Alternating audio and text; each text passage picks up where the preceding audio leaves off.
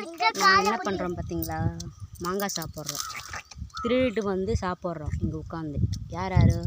நானும் என் பையன், எங்கள் அக்கா பையன் எல்லோரும் போய் தான் அங்கே ஒரு தோட்டம் தெரியுதா, பக்கத்து வீட்டு தோட்டத்தில் போய் திருடிட்டு வந்து உட்காந்து சாப்பிட்டுட்ருக்கோம். திரிந்து தின்ன மாங்காய் தான் ருசி அதிகமாக, தெரியுமா? இங்கே பாருங்களேன், டேஸ்ட்டாக இருக்குது. அவங்க பார்த்துருந்தாங்கன்னு வச்சுக்கோங்களேன், மரத்தில் கட்டி வச்சுருப்பாங்க, அப்போ இன்னும் டேஸ்ட்டாக இருந்திருக்கும். எவ்வளோ மாங்காய் பாருங்க.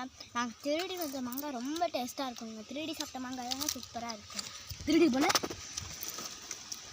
உட்காந்து இப்போ தான் வெயில், எப்போ எல்லாம் வெயில். நம்ம ஊரில் கூட இந்த வெயில் கிடையாது, ஆனால் இங்கெல்லாம் ரொம்ப வெயில் அடிக்குது.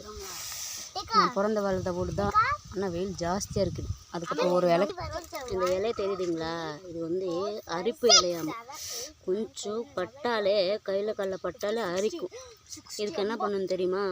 நம்ம வாயில் எச்சி இருந்தால் அந்த எச்சியை துடைச்சிட்டோம்னா அந்த அரிப்பு நிற்குமா.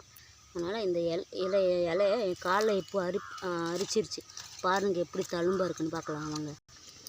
இங்கே பாருங்கள், சொரிஞ்சிட்டு இந்த மாதிரி ஆயிடும். அது சின்ன வயசுலலாம் நாங்கள்லாம் அப்படி தான் அந்த அரிப்பு வேலை வச்சுக்கிட்டு எல்லாருக்கிட்ட மூஞ்சில் கையில் தேய்ச்சி விளையாடுவோம்.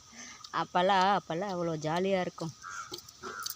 அது ஒரு டைம், எல்லா நேரம் அப்படி விளையாட முடியாது. இப்போ பார்த்திங்கன்னா என் கிராமந்தான், அதனால தான் சுற்றி விளாண்டுட்டுருக்குறேன். இங்கே வந்தாங்கன்னு சொல்லி நான் கூட்டிகிட்டு வந்துட்டேன். பாருங்கள் அவள் எப்படி திங்குறான்னு பாருங்களேன். ஓகே, நீங்களும் இந்த மாதிரி ஏதாவது விஷயமாக பண்ணியிருந்தீங்கன்னா உங்கள் வாழ்க்கையில் இருந்துச்சுன்னா நீங்கள் கமெண்ட்லாம் மறக்காமல் சொல்லுங்கள். பாய், அடுத்த வீடியோவில் பார்க்கலாம்.